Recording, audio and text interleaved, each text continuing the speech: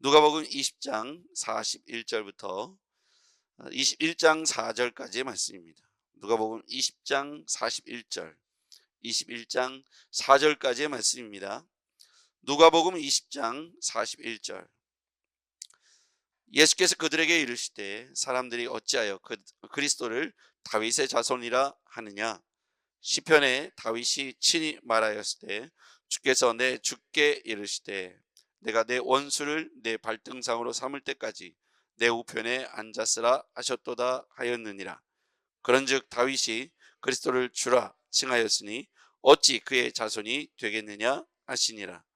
모든 백성이 들을 때 예수께서 그 제자들에게 이르시되 긴 옷을 입고 다니는 것을 원하며 시장에서 문안받는 것과 회당의 높은 자리와 잔치의 윗자리를 좋아하는 서기관들을 삼가라. 그들은 과부의 가산을 삼키며 외식으로 길게 기도하니 그들이 더 엄중한 심판을 받으리라 하시니라. 예수께서 눈을 들어 부자들이 헌금함에 헌금 넣는 것을 보시고 또 어떤 가난한 과부가 두 렙돈 넣는 것을 보시고 이르시되 내가 참으로 너에게 말하노니 이 가난한 과부가 다른 모든 사람보다 많이 넣었도다. 같이요. 저들은 그 풍족한 중에서 헌금을 넣었거니와 이 과부는 그 가난한 중에서 자기가 가지고 있는 생활비 전부를 넣었느니라 하시니라. 아멘. 오늘에 나오는 인물은 이제 서기관입니다. 어제는 유대 대제사장들, 바리새인들, 그 다음에 나왔던 머리가 사두개인이죠. 사두개인은 부활이 없다고 주장했던 사람들이죠. 부활은 없다. 그러면서 예수님의 시비를 걸기 위해서 어제 본문에 보면 사두개인들이 예수님, 당신은 이렇게 참 좋은 분인데 만약에 모세의 율법에 기록한 대로 아들 7이 있는데 첫째가 결혼하여 자녀를 낳지 못하고 죽으면 둘째가 또 결혼해야 되는 모세의 법인데 둘째도 아이를 낳지 못하고 먼저 죽었고 셋째와 결혼했는데 아이를 낳지 못하고 모두 7이 결혼해서 죽고 아이들을 낳지 못했다면 장차 누구의 부인이 되겠습니까? 천국에서 누구의 부인이 되겠습니까? 이렇게 시비를 걸던 장면이 어제 본문이죠. 그들은 궁극적으로 부활을 부인했기 때문에, 거절했기 때문에 이렇게 가정적인 이야기를 통해서 예수님을 올무에 넣으려고 했던 것이죠. 예수님은 그 모든 것들을 대답을 하셨고 그 당시에 바리새인 또는 대제사장 이런 사람들도 가이사의 것은 가이사에게, 하나님의 것은 하나님에게 이렇게 말씀하시면서 그들의 대답을 해주셨고 사두개인들, 부활이 없다고 말하는 사두개인들에게는 이 세상과 저 세상의 다름을 통해서 말씀해 주셨습니다. 오늘은 세 번째 무리죠. 서기관들입니다. 이렇게 바리새인, 사두개인, 서기관, 대제사장은 당시에 훗날 보게 되면 종교의 가장 높은 상위 계층을 차지하고 있었던 사람이면서 왜 이렇게 예수님을 십자가에 못 박고 죽여야만 했는지 그들은 자신들이 유지하고 있는 유대 율법 사회에서의 가장 최상위층에 있었기 때문에 유대의 율법을 새롭게 개편하려고 했던 예수님의 발언들은 자신들의 질서를 깨트린다고 여겼던 것이죠. 예수가 메시아라는 사실을 인정하지 않다 보니까 계속해서 충돌하게 됩니다. 오늘은 서기관들이 예수님께 나와서 도전을 합니다. 그런데 예수님께서 이 서기관들을 조심하라고 삼가하라고 말씀하시죠. 45절 이하의 그 내용들이 나와 있습니다. 모든 백성이 들을 때 예수께서 그 제자들에게 이르시되 44절 같이 읽어볼게요. 시작. 긴 옷을 입고 다니는 것을 원하며 시장에서 문안받는 것과 회당의 높은 자리와 잔치의 윗자리를 좋아하는 서기관들을 삼가라. 서기관들은 당대에 보면 말씀을 옮겨 필사했던 무리이죠. 이 사람들의 권위는 말씀을 대하기 때문에 상당한 권위를 갖고 있었습니다. 당시의 유대 율법 사회에서 말씀을 옮겨 적는 필사를 했던 그룹은 서기관들인데요. 이 사람들이 갖고 있는 권세와 권위가 상당히 높았다는 것이죠. 그런데 이 사람들이 거기에 더하여 한층 예수님의 가르침은 제자들로 하여금 상석에 앉지 말라는 거예요. 높아지려거든 나자지라고 말씀하고 있습니다. 이게 예수님께서 제자들에게 가르치신 내용이죠. 그런데 이 서기관들은 긴 옷을 입고 다니고 시장에서 문안받고 회당의 높은 자리, 잔치의 윗자리, 상석을 앉는 것을 좋아했다. 그러니까 예수님의 가르침은 이들이 좋아하는 것을 정면으로 반박하는 내용이 되는 거죠. 그러니까 서기관들 입장에서는 예수님이 못마땅한 겁니다. 자신들은 긴 옷을 입고 다니며, 긴 옷이라는 것은 의도적으로 이렇게 긴 옷을 입은 것은 마치 제사장처럼 자신들을 높은 사람인 것처럼 좋은 옷, 긴 옷을 입으면서 치렁치렁하게 달고 다니면서 사람들의 주목을 끌기를 원했다는 거예요. 근데 이 사람들이 다녔던 곳을 보세요. 시장이죠. 잔치자리죠. 회당입니다. 이 세 곳의 공통점은 뭐냐면 공개된 자리라는 거예요. 넓게 공개된 자리에서 이들이 이렇게 긴 옷을 입고 문안을 받는 것을 좋아했다는 이유는 뭐냐면 공개된 자리에서 자신을 사람들이 머리를 조아리고 높여주는 것을 즐겼다는 것을 알 수가 있어요. 예수님은 높아지거든 낮아지라고 말씀했는데 이 사람들은 공개된 자리, 시장이죠. 많은 사람들이 있고 공개된 자리에서 자신 앞에 와서 머리를 조아리는 것을 즐겨 했다는 것을 알 수가 있어요. 그리고 문안받기를 좋아하고 회당의 높은 자리에 가서 앉고 있으며 잔치가 배설되면 항상 누가 권하지도 않아도 상석에 앉기를 즐겨 했다는 겁니다. 말씀하고 있듯 예수님께서 그들을 향해서 뭐라고 말씀할까요? 그들은 거기서 끝나지 않습니다. 47절, 그들은 과부의 가산을 삼키며 외식으로 길게 기도하니, 이렇게 표현되어 있어요. 과부의 가산을 삼켰다. 과부는요, 당시의 사회계층에 자신들이 가장 율법사회의 최상위에 있었다면 과부는 제일 아래에 있었던, 너무나도 고통스럽게 살았던 사람들이죠. 과부가 되면은 경제적 활동이 어렵고 남편이 벌어다 주는 돈이 없기 때문에 경제적으로 고립될 수밖에 없습니다. 그런데 그의 가산을 삼키죠. 어떻게 삼겼을까 상상해 보면 그들이 길게 기도했다는 것으로 볼 때 기도해 주겠다고 하면서 그들의 남아있는 재산마저도 다 빼앗아 갔다라고 상상해 볼 수 있겠습니다. 가난한 과부에 남겨진 2렙돈과도 같은 돈을 폭리를 취하여 빼앗아 갔던 사람들이 바로 서기관들, 또 바리새인들, 사두개인들, 대제사장, 그들을 돌봐야 됨에도 불구하고 그들에게 있는 나머지 재산 전부를 탕진하도록 가산을 빼앗아 갔다는 거죠. 그리고 외식으로 길게 기도합니다. 기도할 때 하나님과 대화하는데 외식으로 사람들에게 보여줄 모양으로 사람들이 많이 모이고 오고 가는 길에 서서 의도적으로 사람들이 오는 시간에 기도하는 모양새를 취했다고 볼 수 있겠습니다. 이들에게 예수님의 평가는 뭡니까? 더 엄중한 심판을 받게 될 것이다. 예수님은 그들을 칭찬하지 않았습니다. 왜냐하면 예수님이 가르친 가르침과도 많이 달랐던 것이죠.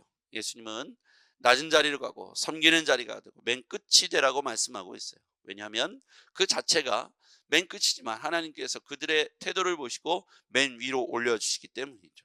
스스로가 자신을 높이려고 하는 자신의 자아가, 자신의 인생이 항상 하나님보다 자신이 더 높은 자리에 올라가려는 그들의 태도를 하나님께서 책망하시고 있다는 것이죠. 예수님도 여기에 보면 외식한다라고 표현합니다. 이들은 결국 예수님의 가르침과 정면으로 대치되니까 이 서기관들은 훗날 예수님을 십자가에 못 박는데 앞장서는 것을 볼 수가 있어요. 만약에 이들이 예수님의 가르침을 수용했더라면 어떻게 됐을까요? 그 뒤에 1절에 보면 가난한 과부의 2렙돈 이야기가 나오죠. 예수께서 눈을 들어 부자들이 헌금함에 넣는 것을 보시고 또 어떤 과부가, 가난한 과부가 2렙돈 넣는 것을 보시고, 두 현상이 동시에 등장합니다. 연보개가 있는데 부자들이 헌금함에 연보개에다가 넣고 가난한 과부가 2렙돈을 넣습니다. 예수님께서 그걸 보시고 이르시되 내가 참으로 너에게 말하노니 이 가난한 과부가 다른 모든 사람들보다 많이 넣었도다. 저들은 그 풍족한 중에 헌금을 넣었거니와 이 과부는 그 가난한 중에 자기가 가지고 있는 생활비 전부를 넣었느니라. 여기서 보면 많고 적음을 따라 평가하는 것이 아니라는 걸 분명히 이야기합니다. 부자는 풍족했죠. 그 중에 일부를 넣었어요. 과부는요, 가난했죠.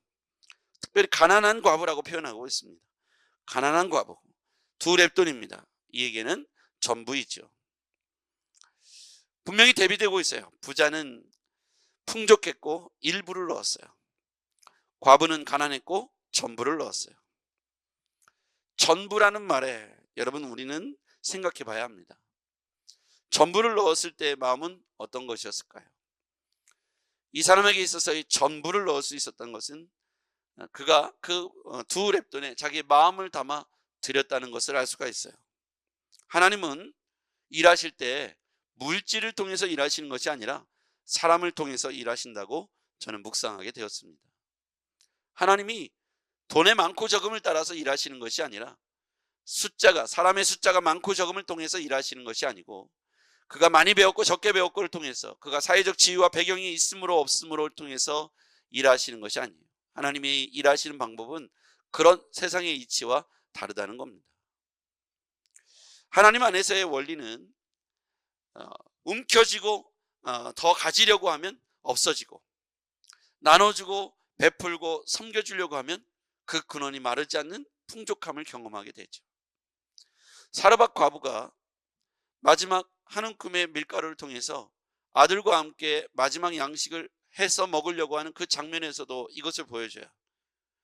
그가 이렇게 엘리야가 와서 그것을 자신을 위해서 내어달라 했을 때 내어주고 나니까 그 밀가루 통 안에 그 밀가루가 떨어지지 않았고 기름병에 기름이 없어지지 않았다고 표현하고 있어요. 이상한 원리죠. 먹었으면 없어져야 되고 마지막 끝을 봤으면 당연히 바닥이 드러나야 되는데 멈추지 않고 마르지 않고 지속적으로 채워지는 은혜가 있었다는 거예요. 우리가 신앙생활할 때 단순히 이성적이고 계산적이고 합리적 선 안에서 이 모든 것이 이루어지고 있다면 우리는 신앙생활에 있어서 특별한 메리트가 없는 거죠. 근데 이상하죠. 이 세상과 저 세상의 법칙이 다르고 땅과 하늘의 법칙이 다르며 육적인 것과 영적인 것이 다르다는 거예요. 영적인 것은 우리가 신령한 세계라고 말하는데 이 신령한 세계 안에서의 법칙은 바로 오늘 예수님께서 낮아지면 높아질 것이고 끝으로 가면 가장 앞으로 갈 수 있다고 말씀하고 있어요. 섬기는 자가 되면 나중에 하나님께서 왕노릇하게 될 것이라고 말씀하고 있어요.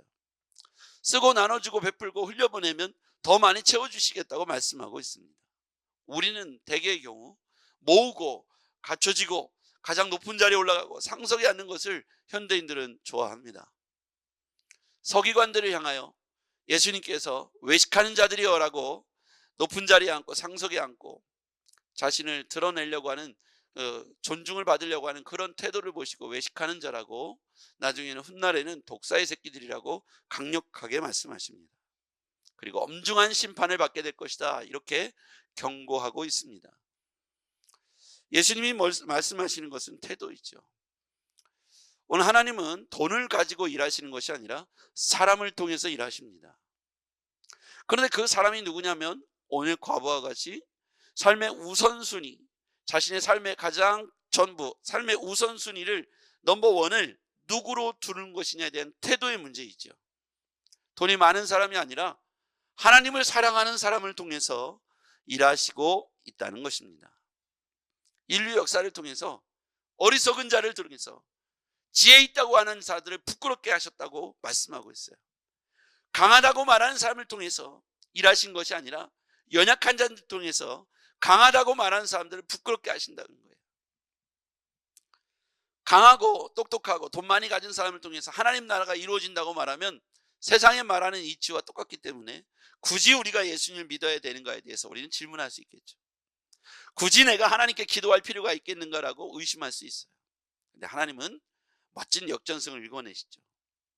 아무것도 없는데 있게 하시고 많이 가졌다는 사람을 통해서 안심하고 있는 그를 통해서 부끄럽게 하신다는 것이죠.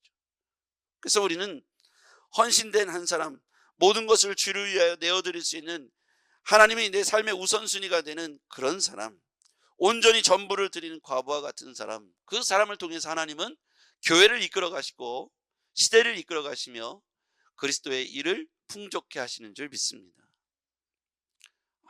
이건 말이야 내가 다 한 거야, 내가 없으면 우리 교회는 안 돼 라고 생각하는 것은 바로 서기관과 같은 생각이겠죠. 오늘 우리는 저나 여러분이 우리가 할 수 있는 것을 주께 먼저 우선순위를 내어드릴 때 요만한 겨자씨 같은 것을 통해서 그 나무가 3m, 4m, 5m가 되고 거기에 와서 수많은 새들이 깃드는 이런 놀라운 엄청난 기적을 보게 될 줄 믿습니다. 겨자씨만한 믿음만 있어도 이 산더러 들려서 바다에 던지우려면 그렇게 된다는 말씀을 우리는 기억해야 합니다. 많고 적음, 있고 없음이 우리의 기도의 우선순위가 되어서도 안 되고 신앙의 우선순위, 우리의 삶의 우선순위, 가치의 우선순위가 되어서도 안 되는 것이죠. 오늘 하나님의 원리, 오늘 예수님께서 우리에게 가르쳐 주신 마지막 가난한 과부 두 렙돈의 원리를 잘 기억하시길 바랍니다. 기도하겠습니다. 전능하신 아버지 하나님, 오늘 말씀을 통해서 우리가 묵상해 봅니다. 가난한 과부의 두 렙돈이 예수께서 기뻐하시는 전부라고 말씀해 주셨습니다. 오히려 서기관들은 긴 옷을 입고 시장에서 문안받으며 회당의 높은 자리 잔치의 윗자리에 앉으며 과부의 가산을 삼키며 외식으로 기도한다고 책망해 주셨습니다. 하나님, 오늘 우리가 이 땅을 어떻게 살지를 생각해 볼 때에 하나님께서 돈이 아니라 사람을 통해서 일하시고 그 사람은 하나님께 전부를 내어드릴 수 있는 삶의 우선순위가 주로 고백되어진 사람임을 고백합니다. 하나님, 우리가 그렇게 오늘을 살게 하옵소서. 예수님의 이름으로 기도하옵나이다. 아멘.